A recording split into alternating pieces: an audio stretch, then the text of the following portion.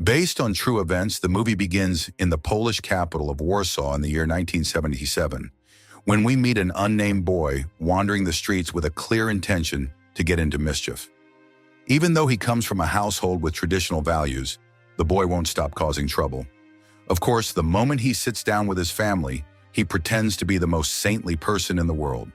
On the other hand, at school, he shows his wild side by getting into fights with several classmates a day, no matter if they're much bigger than he is. He wants blood at all costs. Because of this, the principal summons his father, Rard, who manages to convince him that his son is not a budding delinquent. He's just a young kid who doesn't know what to do with his life. That's all. However, the boy actually does know what he wants, and that very night he steals his father's taxi to drive around the city with his friends.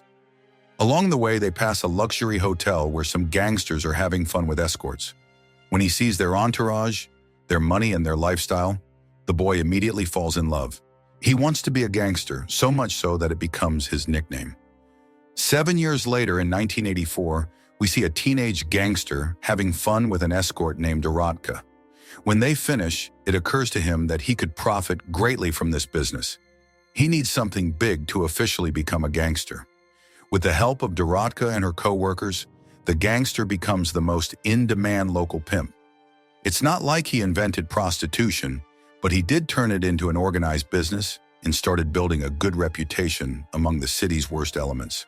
What he doesn't know is that his father, beyond his taxi work, is aware of his son's activities. One night, while the protagonist is beating up a client who crossed the line, Rard bursts into the room and catches him by surprise. Trying to bluff, the youngster assures him he was only protecting his friend, and that seems to satisfy his father. Back with the difficult client, the gangster finds out that he has a briefcase full of money and doesn't hesitate to run off with it. However, the client and his Arab colleagues corner him, leaving him no choice but to resort to his fists.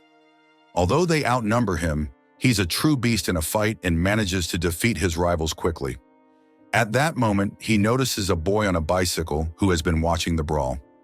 Years later, in 1996, we see that the protagonist has become a capo regime in the Maggie family, based in the city of Pruszków.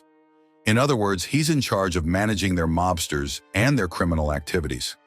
That's not enough for him, though, so he proposes something overly ambitious even for his mafia, robbing the head of the city's post office. Because he insists, Magi agrees, but under one condition: Hammer, one of his mobsters, will lead the operation. Hammer is a burly guy known for settling matters with his fists, not that the protagonist is much different. Still, he wants to carry out the robbery as discreetly as possible.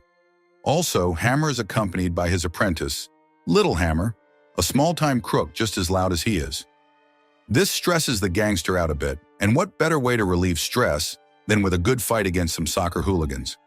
When the time comes for the heist, the gang intercepts the target's car and snatches the briefcase of money in record time, taking the annual salary of all postal employees for themselves.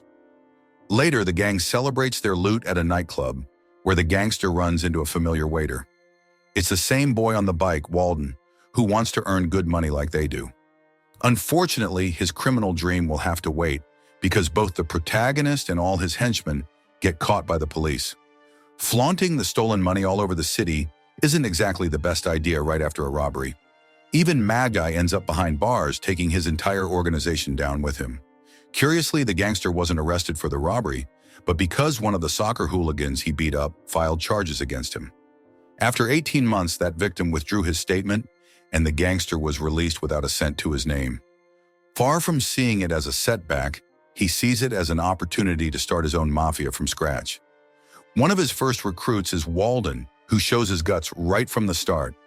Over time, he builds a team based on trust. Besides Walden, there's Crater, an expert in opening every kind of lock, Gollum, the muscle, and Thousand, the comic relief. Together, they sneak into an art collector's house at night and steal several valuable historical paintings.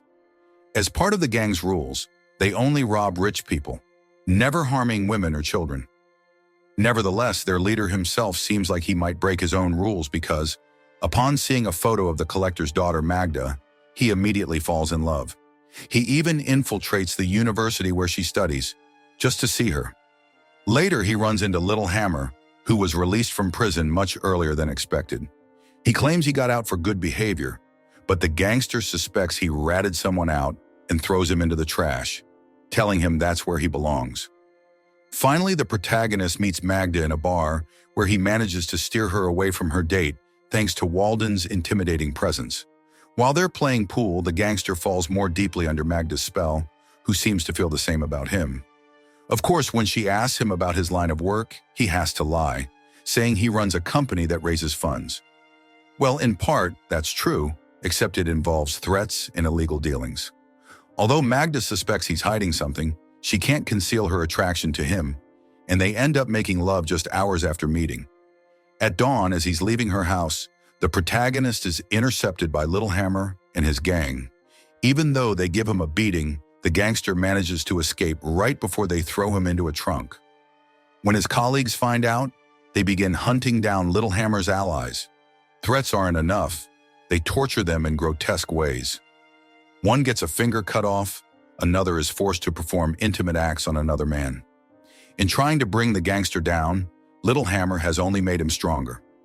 Years later, in 2003, the protagonist is living in a gorgeous countryside mansion with his beloved Magda, a small sign of just how much his fundraising company has grown. Walden visits him to announce that he's finally found Little Hammer and that he'll capture him that very night to make him pay. That same evening, the gangster takes his girlfriend to his parents' house so she can officially meet them. Of course, they have no clue about his real business. He simply tells them he runs a small workshop. Feeling sorry for him, Rard gives him his taxi, saying he's too old to keep going. The gangster takes advantage of this unexpected gift to use it as a kidnapping vehicle, since no one would suspect a taxi. One day, a mobster named Marianne gets in to talk about $1 million job that requires his men and his reputation. Intrigued by the offer, the gangster visits Marianne's hideout, a veritable empire of drugs, weapons, and debauchery. There, they explain the details of the job, which involves kidnapping the target's 14-year-old daughter. The moment the protagonist hears this, he loses all interest because his rule about not touching children is sacred. Later, he returns with his gang for another heist. This time, he tells them one painting is for him, a gift for Magda as a wedding present. That makes his crew so excited that they nearly forget the alarm is going off. During the wedding preparations, his henchmen surprise him with a gift of their own. Little Hammer, captured. As we see the gangster walking up the aisle with his bride, we also see him hanging Little Hammer in the ruins of a church. Right after the wedding kiss, Magda notices a red stain on her husband's shirt, which he claims is just wine. During the wild wedding party, where they even throw the priest into the pool, the gangster records everything with a huge grin. He's got a thriving business, friends willing to die for him, and the best woman in town. For the first time, he feels genuinely happy. In 2004, while his criminal empire continues to expand, Marian's operation collapses at the hands of his own men, who gun him down for his cruelty. Meanwhile, during a beach outing, Walden's girlfriend, Viola, tries to talk to Magda about their men's work until she realizes Magda knows nothing. Then she asks about her expensive swimsuit, her mansion, and her boat. Does she really think her husband bought all that with his taxi job? That night, Walden convinces his boss to hit up a nightclub to have some fun. However, the bouncers won't let Walden in because he's had too much to drink. As his friend insists on entering, the gangster tries to pull him away and leave quietly. But Walden reminds him that in the old days, they would have torched that place for disrespecting them.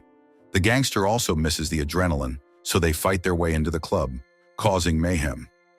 The rush doesn't stop there, because soon after, the gangster catches the eye of Daniel, Poland's most powerful mobster, who wants to clean up the country by getting rid of small-time hoods that disrupt his peace. Thus, the protagonist and his henchmen become hitmen, taking out their targets in the middle of a brothel or in a calm forest. They're just following orders, something new for them, but they're earning more money than ever while eliminating the worst scum in Poland. Even though everything's going smoothly, the ambitious Walden wants more and suggests creating a death squad to wipe out all the mafias and seize control of the country's criminal underworld. The gangster says nothing because it's already too extreme for him.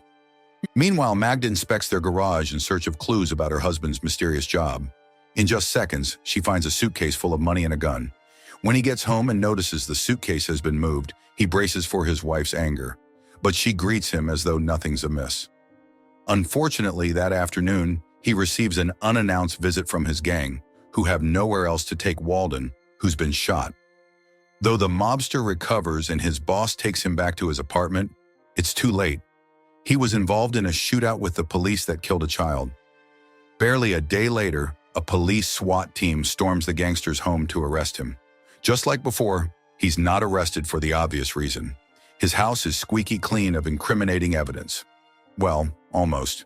The previous owners left an ancient Egyptian statue they'd stolen from a museum, so the gangster is the only one charged. The moment he arrives in his shared cell, he knocks out the alpha male with a single punch, winning over the other inmates. A year later, in 2005, Walden, now more unstable than ever because of his prison time, comes to see him. He has become the head of the gang, and the power has gone to his head. The protagonist reminds him that he's still under Daniel's thumb, but as Walden refuses to obey, the gangster pulls some strings to bring the mansion's previous owners to court and prove they were the ones who stole the statue he was imprisoned for. Thanks to this, he's released and reunited with his now pregnant wife. In the next scene, we see Daniel trying to enter his office when his bodyguard is killed by a sniper shot. Walden's handiwork. Terrified, he calls the gangster and offers him a large share of his earnings in exchange for hunting Walden down. He was his friend once, but now that he's about to become a father, he can't allow a lunatic like Walden to roam free. Knowing his target can't live without drugs, he contacts a former dealer who used to work for Marion. After getting the information, he shoots the dealer and tosses him off the balcony. No loose ends. As soon as they break into Walden's hideout, the gangster dispatches his henchmen in the blink of an eye. Walden, desperate, again suggests killing Daniel to take over the country, and the gangster answers with a slap. Walden crossed the line long ago, and for the protagonist, there's no forgiveness except a quick bullet. Once that's done, Daniel congratulates him and promises he'll get his big payday that night. While the gangster accompanies him to a port to pick up his container of drugs, he quickly realizes something's off and yanks Daniel aside. Right at that moment, a police squad appears and arrests the criminals at the container. Hidden from view, the gangster mocks Daniel, pointing out that he's now lost the product he needed to buy the loyalty of other men and have them kill his best friend. Even so, he lets Daniel go because his plan has succeeded from the start. He arranged everything to fake Walden's death with the help of his old allies, ensuring Daniel's downfall. After giving his allies their share of the loot, the gangster boards a ship to leave the country with his wife, Viola, and Walden, who's still sedated. When Walden wakes up, he doesn't know what happened until his best friend explains that he saved him from certain death, and now they're off to a new beginning. Since that doesn't calm him, the gangster resorts to threatening him with a gun. Walden, eyes downcast, reminds him that he's always had his back. Even in the shootout that killed a child, that child didn't die in the crossfire. Walden shot him so he wouldn't chase them, thus protecting the gang. The news shocks the gangster so much that he nearly vomits. Feeling guilty, Walden admits he can't be saved, and he takes his own life with the gun, breaking his best friend's heart. In the end, the task of killing Walden was accomplished not now, but years ago, back when he first saw him on that bike. Sometime later, we see that the gangster's past sins have caught up with him again. Now in prison, he receives a visit from his wife and son, and he makes it clear that the boy must follow his own rules. Having said this, he returns to his cell, where he distracts himself by recalling the old days with Walden and the gang, his true family. If you want interesting movie recaps, like, share, and subscribe to follow us for more movie recaps.